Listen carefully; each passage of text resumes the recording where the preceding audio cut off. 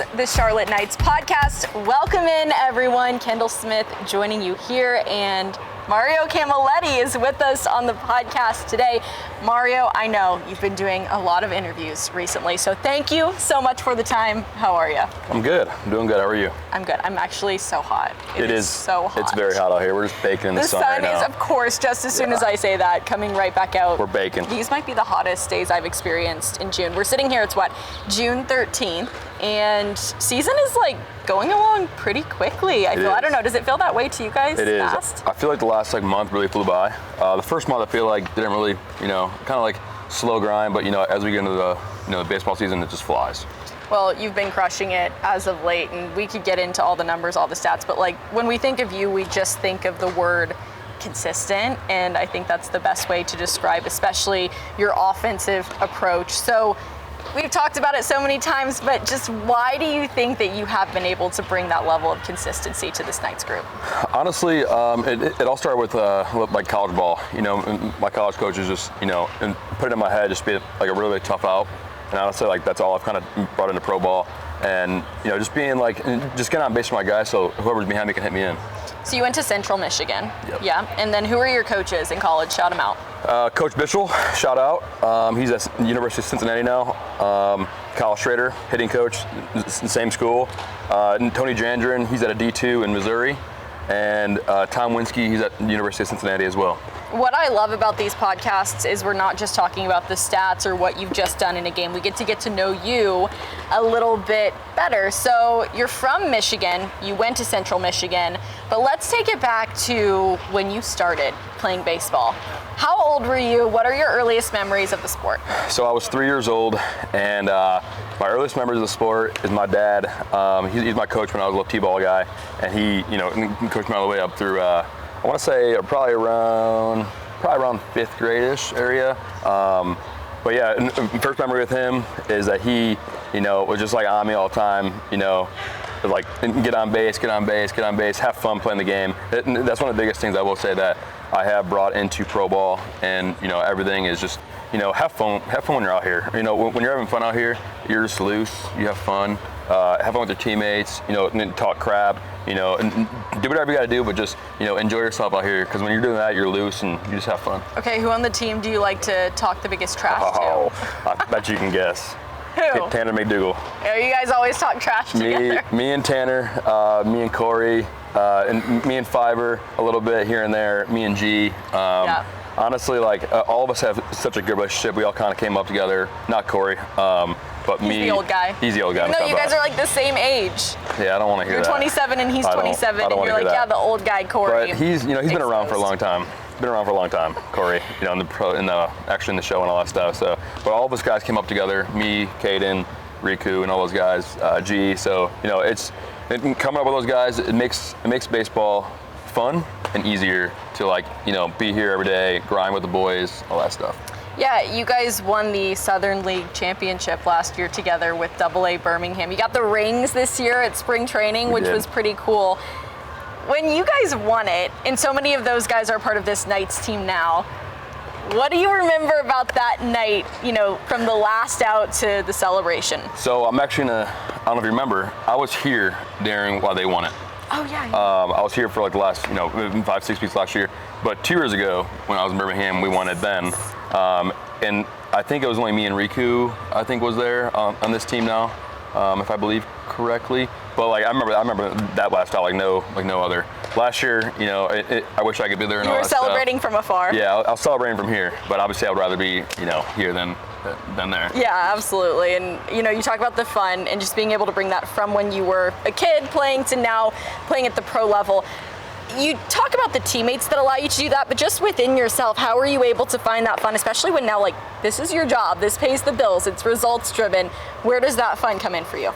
Honestly, just stay loose out there. We have the children's hospital every day, and whenever I do that, it brings a big picture, out that it's like I'm out here doing what I love, having fun.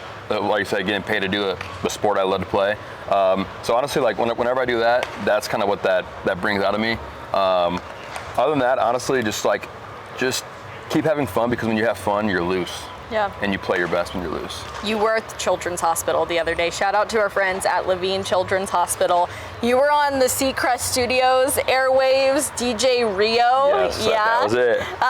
Okay, so if you were like actually, because Kyle Teal, he is a DJ, as Yes. we all know. So if you Yes. were actually able to like be DJ Rio, play the tunes at Seacrest Studios, what music would you play? I'm a country guy, so definitely some with country. I like mixtapes every now and again, you know, country, like remix and all that stuff, but I would probably just stick up with the country. Who is your favorite country singer? Luke Combs. Shout out Luke Combs. Big shout out for Shout sure. out. And he's kind of a North Carolina guy. He was He up is. at App State for a little bit. He is. So yeah, he's got the ties with North Shout out Carolina. Luke Combs which or we love. Morgan Wallen too, but Okay. I like Luke Combs more than Morgan Wallen. So growing up playing baseball, was there ever a point in your career where you considered it a big trial that you had to overcome, maybe a turning point for you in your baseball career?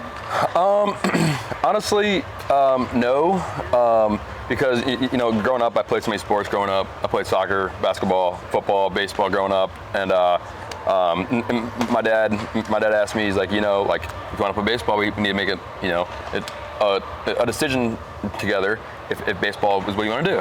And I was like, you know what, yeah, like, so when I was in 10th grade, I, you know, made the decision that baseball was everything I wanted to do. And honestly, like, growing up, my dad, you know, he didn't really come from money and all that stuff. So it was either, he was really good ball player, really good shortstop and all that stuff.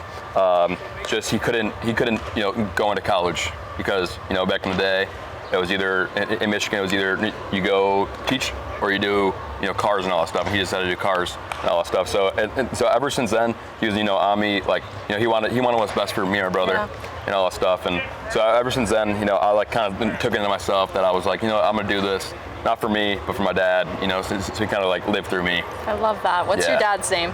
Joe Camilletti. Joe. Shout out to Joe. Shout out Joe. It is the parents that like see it in their kids that Yes. allow them to pursue their dreams and make things happen. And I know your mom has been a big part of your journey as well. Oh, yeah. Your family as a whole, I had the chance to meet them last year here in Charlotte. They were great. You talk about your dad, but just with your family in general, how much impact have they had on you as a person and a player? So much. I got the chills. Look at that. Oh, he really does. I got the chills going on. So much, honestly. And they've been with me like through it all. You know, when I was in college, you know, I was up north, obviously, and I was like 2.5 hours from home. So whenever they can come to a game, they were at a game. You know, high school, they were at every single game. My grandparents and all family members, they were at every single game whenever they could. You know, having that support, it was awesome. You know, like I don't even have words to say of how awesome it is. And you know, in pro ball, like they travel, come see me, and all that stuff. Like it's awesome. It really is awesome. So you have two siblings. Two siblings. Your brother and your sister. Older sister, she is 33, lives in Michigan. Older brother, 30, and he lives in Colorado. Married, baby on the way. Shout out to baby. Congratulations. Don't know a boy or girl yet. Hopefully a boy. But You could do the gender reveal. You could like hit a baseball. that would be cool. There was one the other day out here. There was. There was one I the saw other day. that. Yeah, it was That's really cool.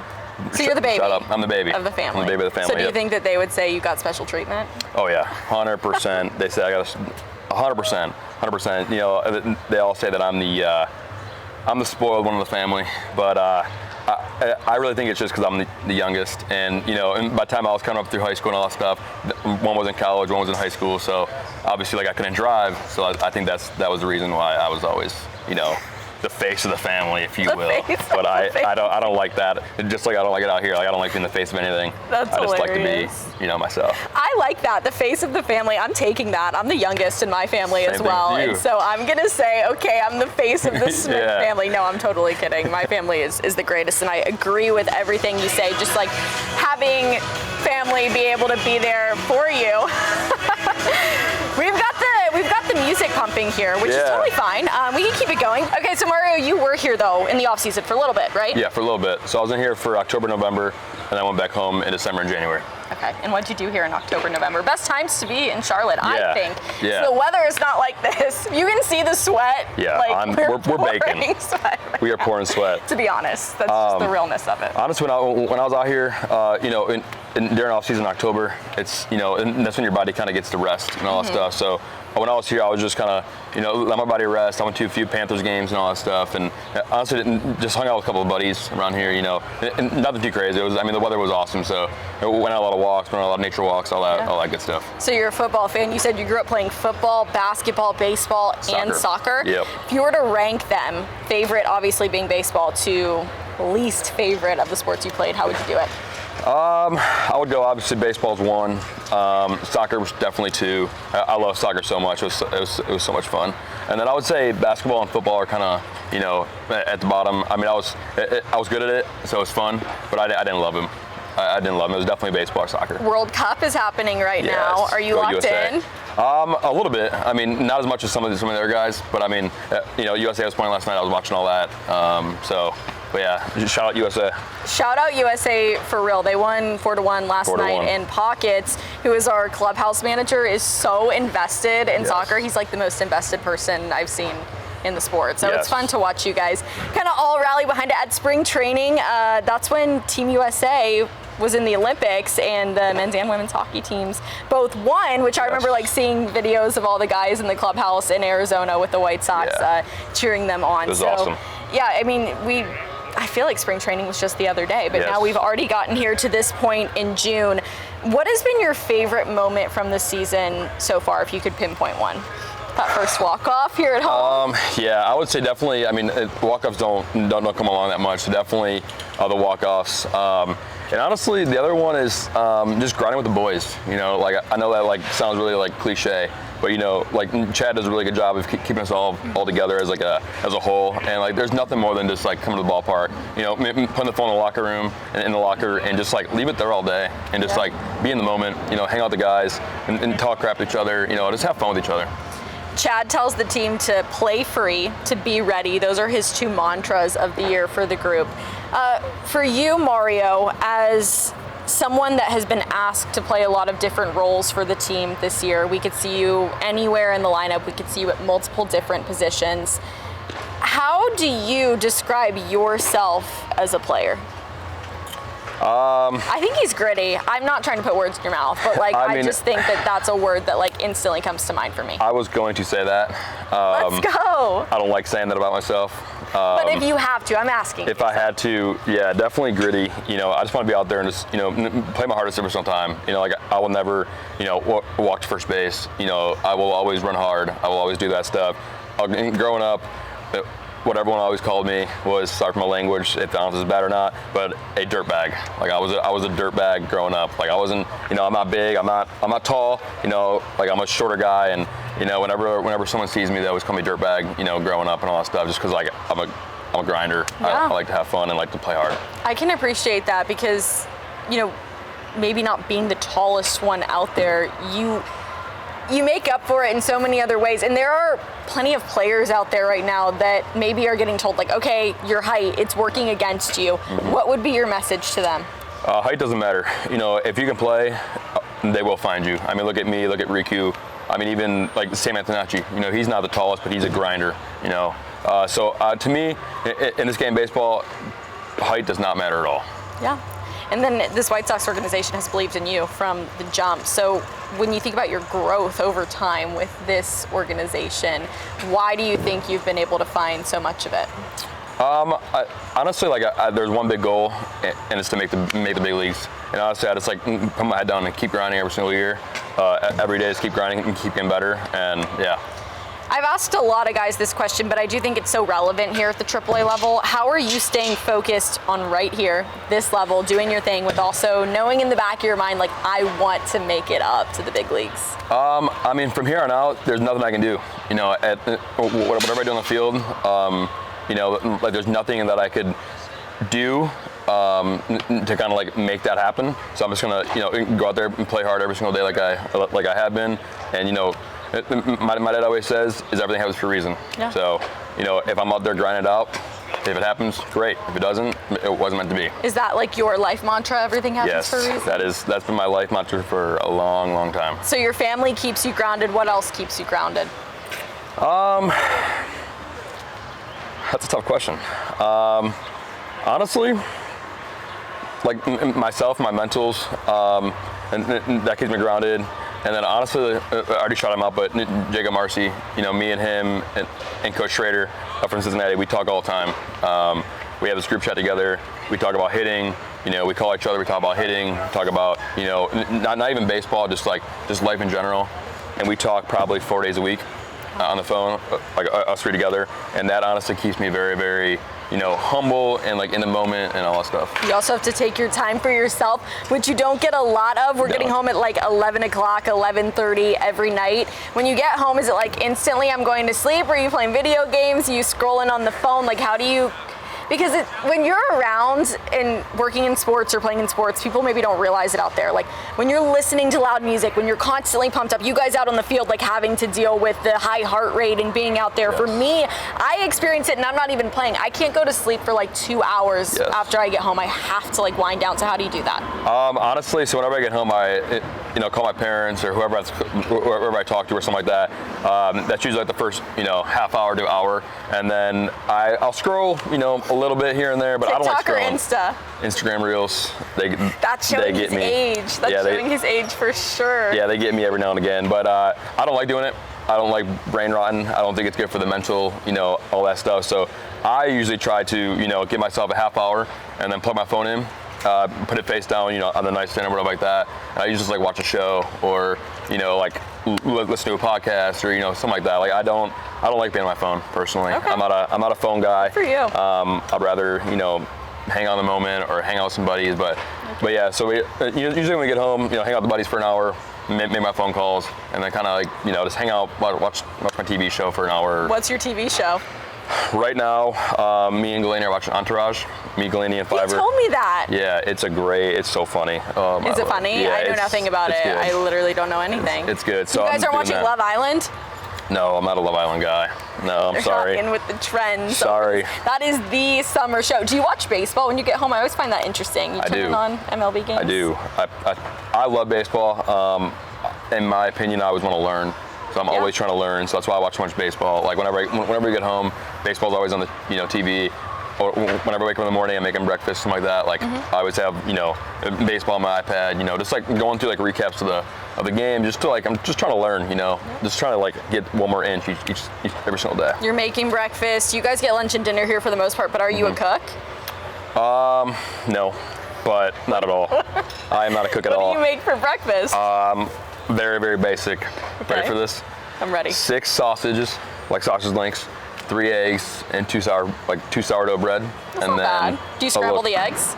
I usually do sunny side up, over easy, scramble, kind of like whatever. I switch it up. Like one week I'll do one, next week I'll do the other, and then always yogurt in the morning with granola and 2-3 cups of coffee with that probably. That's good. I mean, 2 black cups of coffee? No, never black. Heck what do you do? Never black. I usually throw a little bit like vanilla or caramel, something like that in there. Never black. I can't do black. You have to do that. I don't understand how these guys here are like black coffee. Like you've got to have something in it. A little bit of flavor, no doubt. So you're always talking down there in the dugout with the guys, and I really find that interesting, the communication. And you told me that you feel, even though it can be very individualized in baseball, that if the team is doing well, you're doing well. I love that the hitters here talk together, but how often are you talking with the pitchers to get their side of things to maybe help you offensively? Like even though you're not facing these guys on the nights every day, can they help you from an offensive standpoint? Oh, 100%. I don't really do it in the dugout too much, but whenever we're hanging out, in the dugout, there are some questions that I kind of ask, like, what if you, like, would you go this pitch off this pitch, just kind of like getting ready to, kind of like change my mind as a pitcher a little bit. I did pitch, and I will say that is very hard. I will never talk crap to another pitcher about not throwing strikes. That was most stressful 10 minutes of my life out there. Oh, you meant like you did pitch this season. When I thought you meant you pitched growing up. No, you did have to come pitch this season. I did not pitch growing up at all. A couple weeks ago. No, and that was really like my 3rd or 4th time pitching in my whole entire life, and that was the longest 10 minutes of my life. Did not enjoy that one bit. How many runs did you give up to? 4 runs, 1 hit by pitch, 2 walks, couple barrels. It was. I didn't enjoy myself out there. Like when I was talking about having fun, that was not fun for me at all. Did you tell Chad you wanted to do it? Did you volunteer as a tribute? No, I did not volunteer at all. That was a strictly, hey, we need you here. go on out there and help us out. And I tried. That's what I can say. I tried to help us out. You did. And only giving up 4 runs for someone that has only pitched 4 times in their life isn't so bad. That's not terrible. That was bad. If you ask any baseball player, the way I was throwing it was not good. So I will say, like, the radar gun was like picking up what? Like, what were you talking about? 36 to 41. I was gonna give you 45. No, not even that. And then it wasn't able to register what kind of pitch you were throwing, I think. Yeah, they were saying sliders and I was throwing ephyses, so. But I will say, Skip told me there's no more pitching for me, so that's a bonus. You're one and done. He said he has saw enough, so At least we're you good on that. Look back on that moment. That can be one of those things you can look back on. You'll have the pictures of it and you'll be like, yeah, I actually did pitch at the AAA level. Yeah. I did a little of both. I pitched, I hit, I played the infield, so I was doing more than Shohei Ohtani was. Hey, real fast, shout out Griffin right there. He's my Central Michigan buddy. How long is this interview going? Yeah, you're telling me, dude. Ready for this to be over. Shout out Griff. That's not getting cut. He said he's ready for this to be over. No, because Mario has really been a face for our team, and he's been someone that's been so fun for all of you to get to know better this season. Mario, before we get out of here, I want to do a little rapid fire with you, and then we will let you go, because it is like so I said, hot. We are boiling. This is crazy. Okay, your go-to fast food restaurant. I know you eat healthy, but like, let's just say one day you want to treat yourself. What is it? Treat myself. Yeah, treat myself. Fast food. We'll get into fancy restaurants here in just a little bit. I'll give you 2. Chipotle. I don't know if that's fast food. That's like healthy fast food. I know, but that's fast food. If I am treating myself, I would have to say McDonald's. I hate it. It hurts my stomach, but it is so good. But it's like a punishment for myself. McDonald's. Yeah, shout out McDonald's. Shout out McDonald's, and shout out my best friend Jaden, because we went to McDonald's. She's my girl that will always go to McDonald's with me if we're on a road trip, and so we get a Happy Meal and we get... That's awesome. We get McFlurries, and they are so fire. Okay, so then if you want to treat yourself, death row meal. Let's go. My last meal ever? Yep, you're on death row. Like last meal ever. Yes. My mother's breaded steak. That's so nice. It's so good. That's it? No sides, no nothing? Doesn't even need sides. Like that and some Morgie sauce. Oh my God, it's so good. Or her baked chicken. Oh, now if I'm going restaurant, honestly, I'm a burger guy. I love burgers. So just give me a nice little juicy bar burger with an egg on it. Egg and bacon. Oh wait, avocado? No, never. No. That ruins a burger. I think that's good on top of the egg. That's fire. Okay, next up, dream vacation destination. Let's go. I went to the Bahamas a couple years ago. That was really, really awesome. I want to go to Hawaii. Never been to Hawaii. You been in Hawaii?